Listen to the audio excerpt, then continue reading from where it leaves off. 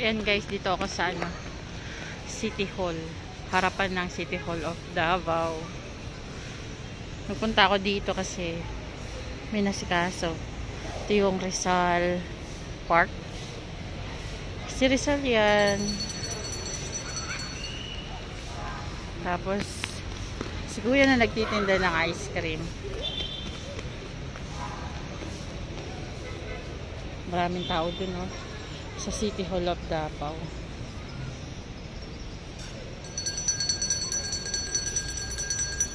Si mamang sorbetero guys, oh.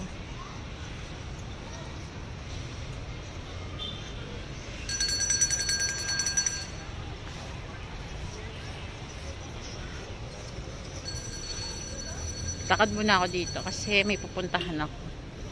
Tako sa may 3F. Guys, ayan. Ang malaking durian. Guys, huwag niyo sasaluhin yung pag binato kayo ng durian. Sigurado ospital ang abot nyo.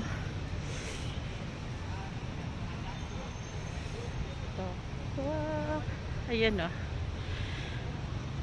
Alala ko tuloy si Bona, si Dayan, tsaka si Ate Susan. Diyan sila nagsasayaw. Ano ko ba siya? Muntik ako madulas.